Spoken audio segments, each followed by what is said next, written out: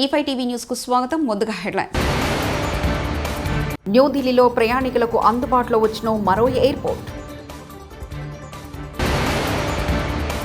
Parent teacher meeting ను గొప్పగా కొనియాడిన సోము వీర్రాజు.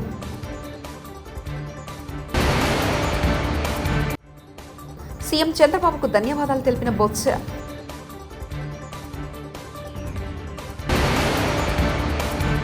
విజయసాయిరెడ్డిని వదిలే ప్రసక్తి లేదు, హోంమంత్రి అనిత. దేశ రాజధాని న్యూఢిల్లీలో మరో అంతర్జాతీయ విమానాశ్రయం త్వరలో ప్రయాణికులకు అందుబాటులోకి రానుంది. అందుకోసం సోమవారం నోయిడాలోని జవహర్ విమానాశ్రయంలో తొలిసారిగా విమానాల ట్రయల్ రన్ నిర్వహించారు. ప్రస్తుతం న్యూఢిల్లీ నగరంలో జిఎంఆర్ ఇందిరాగాంధీ అంతర్జాతీయ విమానాశ్రయం నిత్యం ప్రయాణికుల రద్దులతో కిటకిటలాడుతుంది. ఈ నేపథ్యంలో విమాన ప్రయాణికుల సౌలభ్యం కోసం ఢిల్లీ సమీపంలోని నోయిడా శివార్లో జవహర్ వద్ద అధునాతన హంగులతో అత్యాధునిక సదుపాయాలతో మరో అంతర్జాతీయ విమానాశ్రయాన్ని కేంద్ర ప్రభుత్వం సిద్ధం చేస్తుంది. అధికారికంగా తెలంగాణ చిహ్నం మార్చలేదు. ఇప్పటివరకు తెలంగాణ తల్లి విగ్రహం అధికారికంగా లేదు. ఇప్పుడు చేసిందే అధికారిక తెలంగాణ తల్లి విగ్రహం అంటూ మంత్రి పొన్నం ప్రభాకర్ అన్నారు. జరగలేదు అధ్యక్ష, చర్చకు జరుగుతూ ఉంది.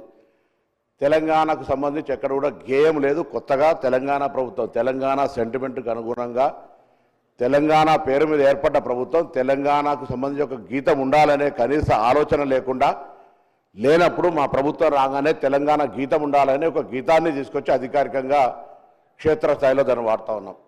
అదేవిధంగా ఇప్పుడున్నటువంటి విగ్రహాలు ఎక్కడైతే తెలంగాణ తల్లి విగ్రహాలు అని పెడతా ఉన్నారో అవన్నీ ఒక పార్టీకి సంబంధించిన అప్లికేటెడ్ తప్ప నా శాసనసభలో కానీ ప్రభుత్వ పరంగా కానీ ఎక్కడ తెలంగాణ తల్లి విగ్రహం అనేటువంటిది అధికారికంగా లేదు. ఈరోజు తెలంగాణ ప్రభుత్వం అధికారికంగా తెలంగాణ తల్లి విగ్రహాన్ని అధికారికంగా మన సచివాలయమైనటువంటి డాక్టర్ బాబాసాహెబ్ అంబేద్కర్ సచివాలయంలో అందరికీ కనబడే విధంగా పరిపాలన బాగుండాలి, తెలంగాణ స్ఫూర్తిదాయకంగా ఉండాలని ఈరోజు తెలంగాణ తల్లి విగ్రహాన్ని సెక్రటరీ దగ్గర ఉన్న తెలుగు తల్లి ఫ్లైఓవర్ పేరును తెలంగాణ తల్లి ఫ్లైఓవర్ గా మార్చాలి. కాంగ్రెస్ ఎమ్మెల్సీ తీర్మానం మల్లన్న. ఇక్కడ సెక్రటేరియట్ దగ్గర మనం 17 అడుగుల విగ్రహాన్ని పెట్టుకుంటా ఉన్నాం. దాని ముందే తెలుగు తల్లి ఫ్లైఓవర్ అని ఉంది అధ్యక్ష.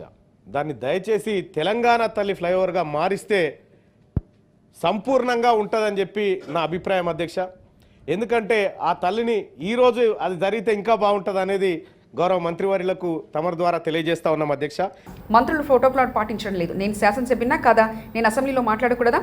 మంత్రులంటే మాకు అభిమానం, అలానే మా మీద కూడా అభిమానం ఉండాలి కదా అంటూ బీజేపీ ఎమ్మెల్యే పాడి రాకేష్ రెడ్డి వ్యాఖ్యానించారు.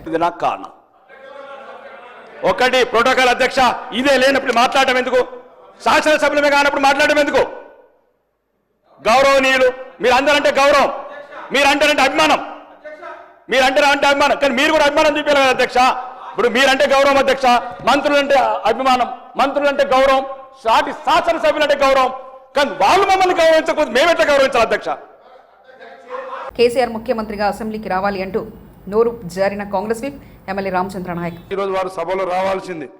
ముఖ్యమంత్రిగా మాజీ ముఖ్యమంత్రిగా వారు వచ్చి ఏదైనా సలహా సూచనలు ఇచ్చి ఉంటే సభ కూడా సంతోషించేది అధ్యక్ష. ముఖ్యమంత్రి ప్రవేశపెట్టిన తెలంగాణ తల్లి రూపకల్పనకు సంపూర్ణంగా స్వాగతిస్తున్నామంటూ ఎమ్మెల్యే పోచారం శ్రీనివాసరెడ్డి అన్నారు. ముఖ్యమంత్రి గారు ప్రవేశపెట్టినటువంటి యొక్క తెలంగాణ తల్లి విగ్రహ రూపకల్పన పైన దాన్ని సంపూర్ణంగా ఆమోదిస్తూ సహృదయంతో స్వాగతిస్తూ వారికి అభినందనలు తెలియపరుచుకుంటూ నేను సెలవు తీసుకుంటున్నాను.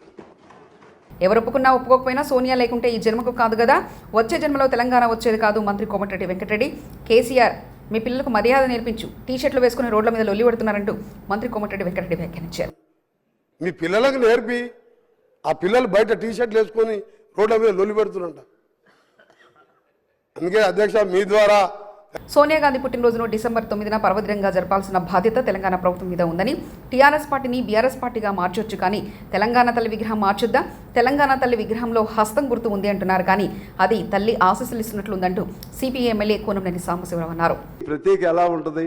బంగారం ఎప్పుడు బంగారపు మెడలు, లేకపోతే బంగారపు వడ్రాణాలు, లేకపోతే ఇటువంటి కాదు కదా. సామాన్యులకు అందుబాటులో ఉండే రూపమే తల్లి రూపం. హస్తం అంటే వారు అభయహస్తం అన్నారు, నేనేం ఆశీస్సులు అంటున్నాను. ఒక తల్లిగా ఆశీస్సులు ఇస్తా ఉన్నారు. అందువలన ఆ విధమైనటువంటి ఈ అన్ని అంశాలని గమనంలో తీసుకుని ఈ ప్రతిరోజు తెలంగాణ ఈ డిసెంబర్ 9న గొప్ప పర్వ దినోత్సవంగా జరపవలసినటువంటి బాధ్యత ప్రభుత్వంగా తీసుకోవాలని రాష్ట్ర వ్యాప్తంగా ఈ నెల 7న జరిగిన మెగా పేరెంట్ టీచర్ మీటింగ్ పై బీజేపీ జాతీయ నాయకులు సోము వీర్రాజు స్పందించారు. సోమవారం మీడియాతో మాట్లాడుతూ ఈ నెల 7న స్కూల్లో పేరెంట్స్ కమిటీ సమావేశాలు గొప్పగా జరిగాయన్నారు. పేరెంట్స్ కమిటీ ఏర్పాటు చేసి శిక్షణా తరగతులు ఇవ్వాలని కేంద్ర ప్రభుత్వం ఎప్పుడో ప్రకటించిందని తెలిపారు. గత ప్రభుత్వంలో ఈ తరహా పేరెంట్స్ మీటింగ్ ఎప్పుడు జరగలేదన్నారు. కూటమి ప్రభుత్వం నిర్వహించిన పేరెంట్స్ మీటింగ్ దేశంలో గొప్పగా నిలిచిందని కొనియాడారు. రాష్ట్రంలో కూటమి ప్రభుత్వం అధికారంలోకి వచ్చాక వైసీపీ నేతలు ఎన్నో మాటల తూటాలు పేలారు. ప్రభుత్వం చేస్తున్న అభివృద్ధి పనులను కూడా ఎన్నోసార్లు తప్పుపెట్టారు. వైసీపీ పాలనే బెటర్ అంటూ పోకట్లకు పోయారు కూడా. ఇప్పుడు తాజాగా ప్రభుత్వం నిర్వహించిన మెగా పేరెంట్ టీచర్ మీటింగ్ను ఉద్దేశిస్తూ ఎమ్మెల్సీ బొత్స సత్యనారాయణ పలు వ్యాఖ్యలు చేశారు. సోమవారం మీడియాతో మాట్లాడిన ఎమ్మెల్సీ ముఖ్యమంత్రి చంద్రబాబు నాయుడు కూటమి ప్రభుత్వానికి ధన్యవాదాలు తెలియజేశారు. వైసీపీ హయాంలో నాడు నేడు కార్యక్రమంలో చేపట్టిన అభివృద్ధి పనులు పేరెంట్ టీచర్ మీటింగ్లో కనిపించాయంటూ కామెంట్స్ చేశారు. ప్రజలు కానీ రైతులు అందరం కూడా ఒకేసారి వచనంతో గొంతెత్తి ఆ వైఫల్యాన్ని చాటే. దాని మీద ప్రభుత్వ నిర్దేశమైన విధానం తీసుకోవాలని రంగుమార్పు ఏదైతే తెలిసిన ధాన్యాలు ఉన్నాయో ఆ తేమ మీద మరి ఒక విధానాన్ని తీసుకొని రైతాంగం ఇబ్బంది పడకుండా మరి దళాలకి అవకాశం లేకుండా వెసులుబాటు చేయాలని మరి కోరుతూ ఈ నెల 13వ తేదీ నాడు జిల్లా కలెక్టర్కి వినతి పత్రం ఇవ్వాలని ప్రజాప్రతినిధులు అందరం నిర్ణయించుకున్నాం.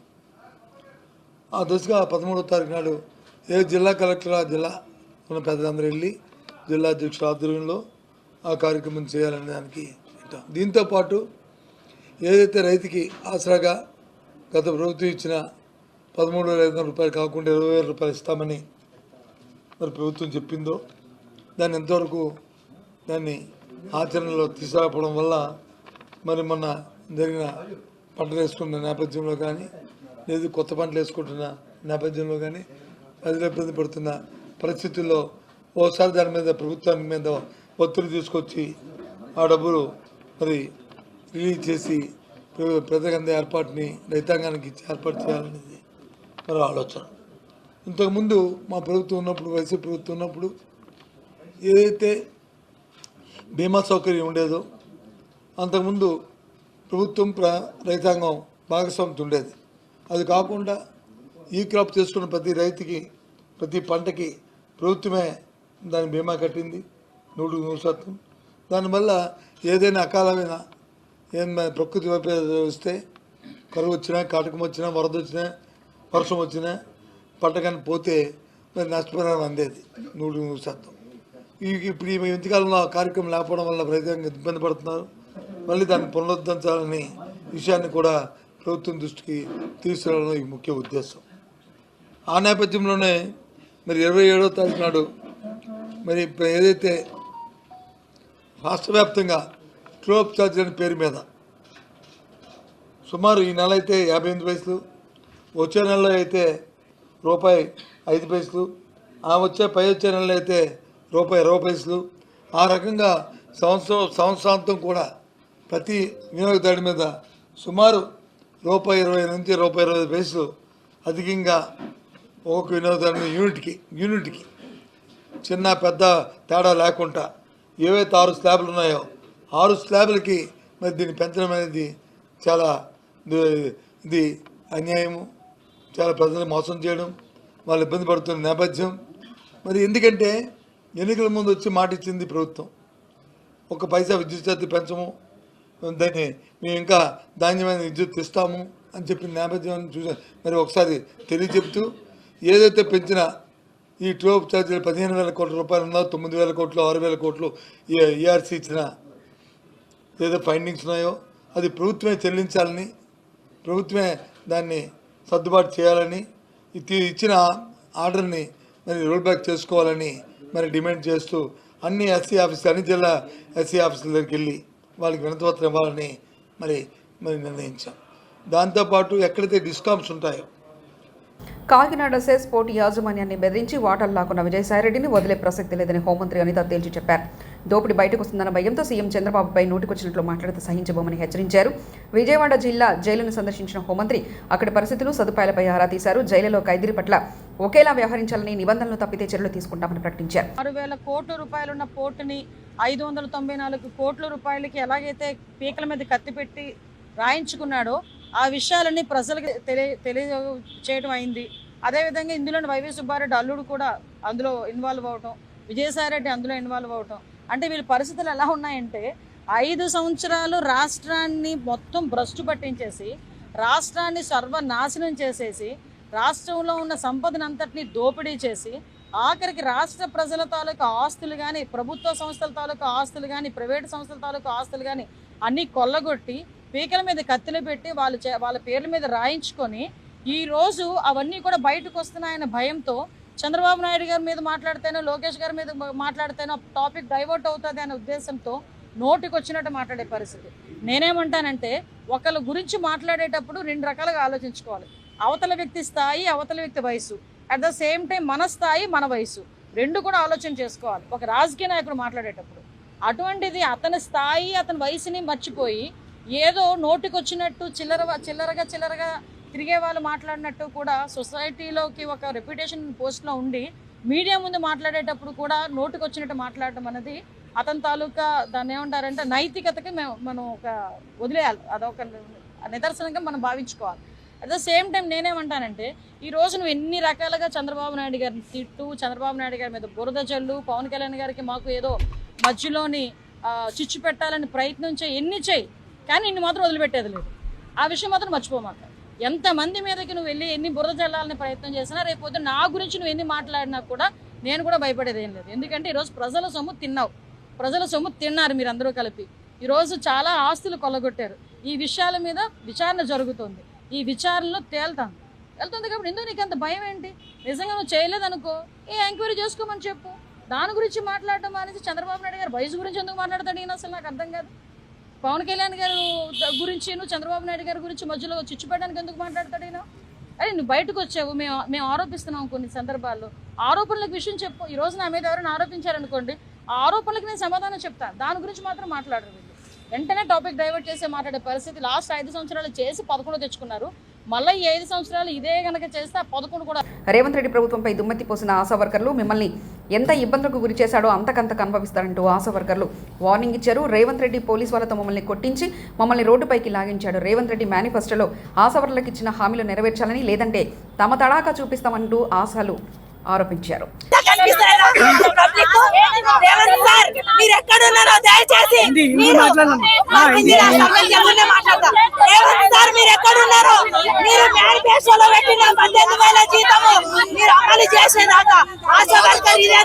ఇదే తద్దరిలో మాట్లాడతాము సార్. ఇలా మీరు పోలీసు వాళ్ళని పెట్టి అరెస్ట్ చేయించుండొచ్చు, కానీ అరెస్ట్ చేయించారు, కొట్టిపించారు. మా ప్రాణాలను ఎంత నిర్దాక్షంగా రోడ్లపై దిగజార తీసారు, అంతకింత అనుభవిస్తారు సార్. సార్ మేము ఎలా చెప్పి మేము కమిషనర్ ఆఫీస్కి వచ్చాం, మేము వినతి పత్రం ఇవ్వడానికి వచ్చాము. మేము ధర్నాకు రాలే, ఒకరు దోపిడీ చేయలే, ఒకరు ఇల్లు దోసకు రాలే. ఇలా ఏ కేసు పెడతావో పెట్టించు, కానీ మేనిఫెస్టోలో ఉన్న 18,000 జీతం అమలు కావాలి, నాకు ఉద్యోగ భద్రత కావాలి. ఆ 2 అయ్యేంత వరకు ఆశ ఏంది, ఆశ తడాకేందో చూపిస్తాం. ఇలా మమ్మల్ని ఎంత దెబ్బ కొట్టిపించినామో అంతకంత మేము తీర్చుకుంటాం.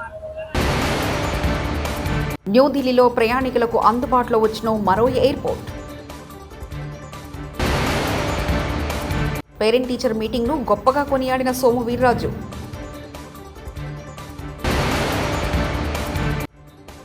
సీఎం చంద్రబాబుకు ధన్యవాదాలు తెలిపిన బొత్స.